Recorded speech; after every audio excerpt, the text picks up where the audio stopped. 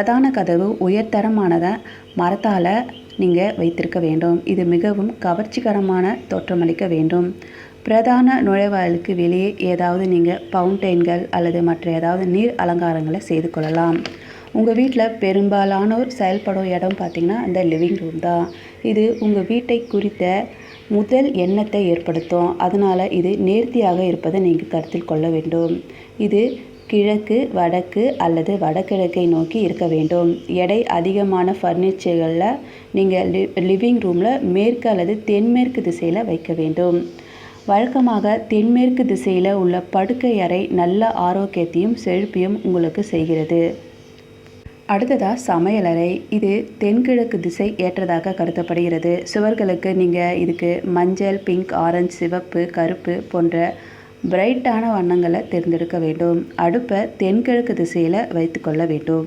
வழக்கம்